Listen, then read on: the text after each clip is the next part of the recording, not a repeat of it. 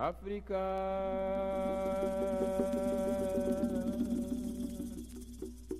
Itatinda África.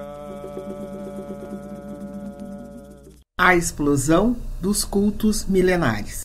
Correio do Povo, 19 de janeiro de 1975. Domingo. José Luiz Pereira da Costa. Deu-se, num processo crescente de liberdade, o reencontro às abertas com crenças milenares, que não chegaram a morrer, mas passaram um longo período de hibernação ou de prática clandestina.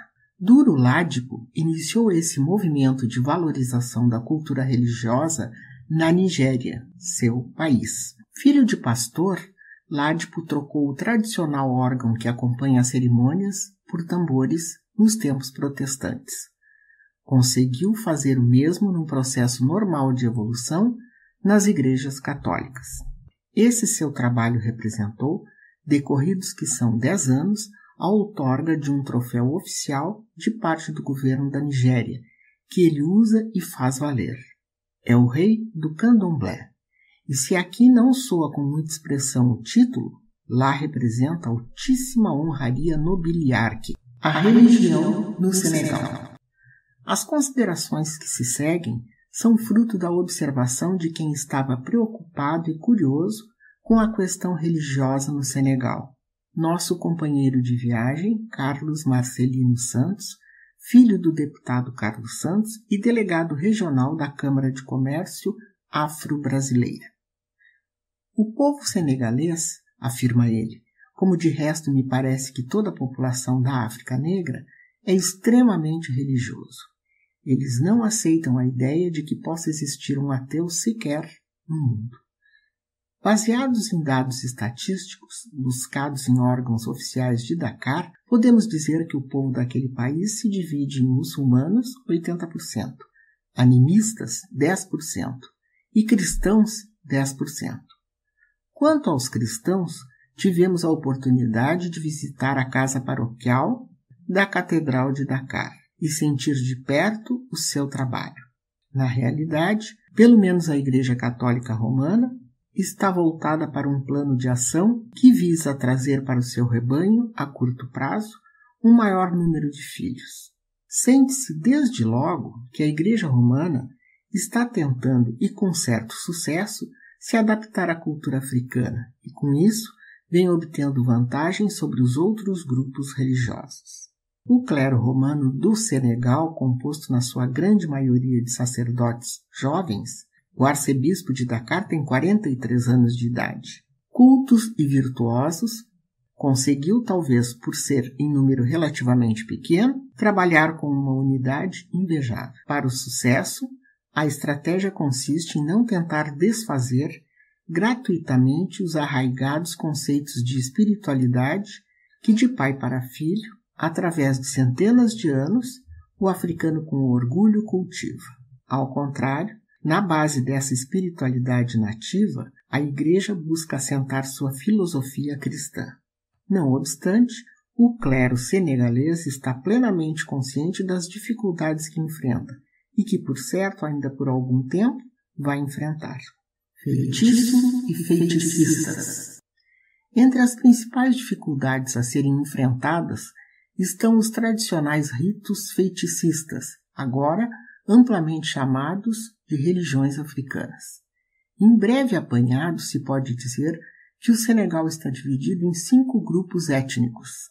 Essas etnias, afinal, são a resultante das principais tribos nativas já tradicionalmente radicadas naquela área, e isto muitíssimo antes da tentativa e posterior sucesso da colonização portuguesa da África Ocidental, ocorrida no século XV.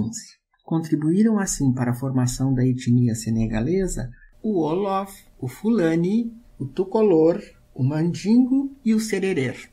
Este último grupo, o Sererer, mostrou-se no decorrer do tempo o mais afeito à cultura europeia, distanciando-se, em consequência, da sua própria cultura. Não se considere, porém, nessa afirmativa, a ideia de fuga às raízes.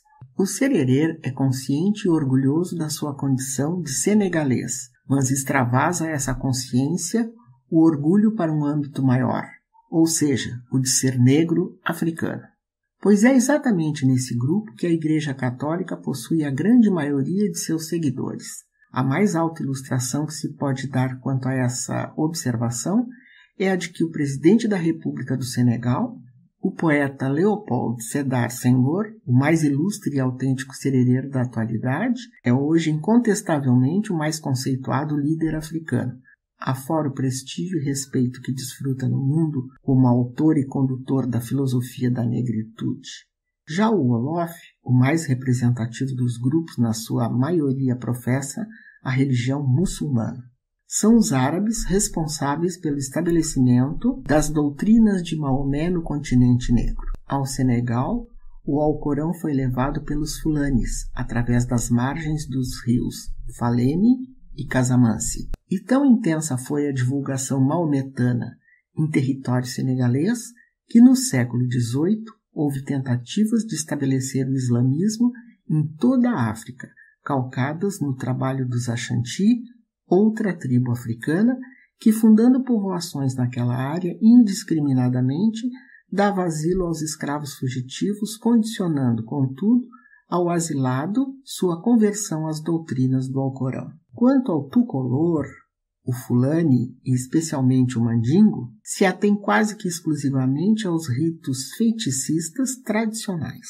Em plena feira de Dakar, em local previamente designado, diariamente se apresentava um conjunto folclórico do Senegal e por 2 oportunidades assistimos homens e mulheres recebendo santo, invocando a proteção de Xangô, Ogum, Nhansan, Oxalá e outras entidades da mitologia africana. O povo senegalês é altamente supersticioso e essa linha de ser tem como amparo sua religiosidade. Dificilmente se encontrará quem não porte um patuá ou amuleto, que tanto pode estar colocado no pescoço como no braço, um pouco acima do cotovelo, ou na perna, um pouco abaixo do joelho. A prática da religião africana no Senegal, no entanto, não é feita abertamente. Os adivinhos e os feiticistas exercem sua atividade não clandestinamente, mas cercada de uma ambiência permanentemente policiada por seus membros, de sorte que não é com facilidade que o grande público, especialmente o estrangeiro, pode chegar até a presença de seus grandes chefes. Há, assim, uma diferença entre este posicionamento e aquele que afirma Duro Ladipo.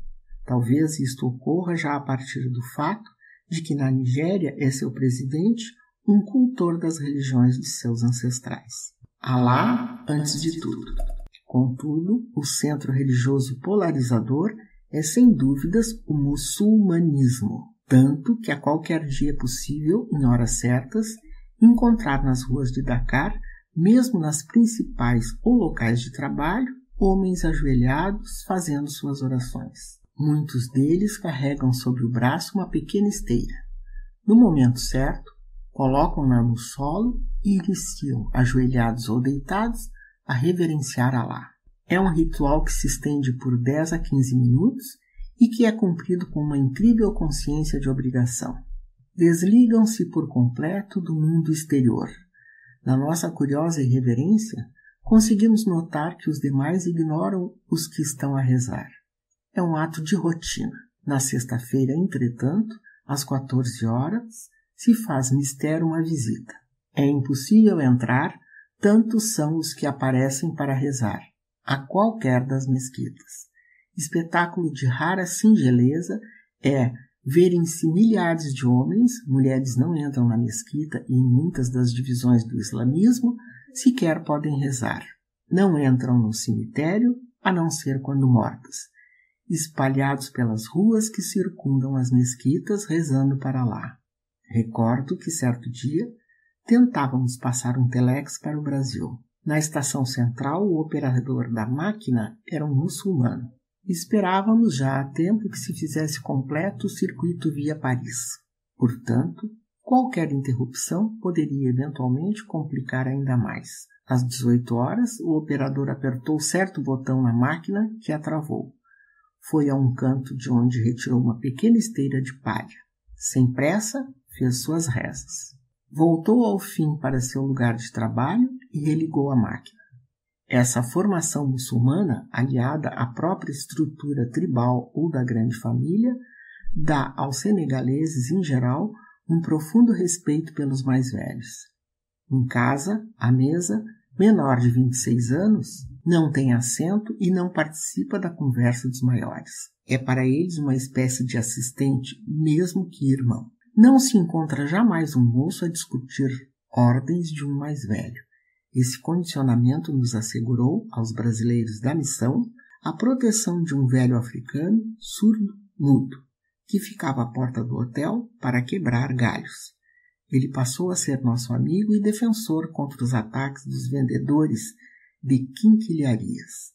Bastava um olhar mais zangado ou uma reprimenda a seu modo para que os vendedores desaparecessem. No Senegal, os alunos que entram para o primário ficam desde logo sabendo que os africanos são profundamente religiosos. A religião tradicional é o animismo, feticismo, e todas as coisas que existem sobre a terra se devem à natureza, a um ser superior. Mas aprendem também que a máscara em madeira, a estátua, a dança, a música, a pintura e etc. são formas de arte. E na África, a arte é sempre inspirada pela religião.